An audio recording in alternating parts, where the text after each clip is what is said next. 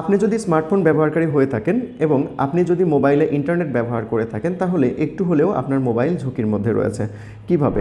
কারণ আপনার মোবাইলে একটা আইপি অ্যাড্রেস রয়েছে এবং এই আইপি অ্যাড্রেস যদি কোনো অসৎ ব্যক্তির কাছে চলে যায় তাহলে এই আইপি অ্যাড্রেসের মাধ্যমে আপনার মোবাইলের ফুল কন্ট্রোল নেওয়া সম্ভব।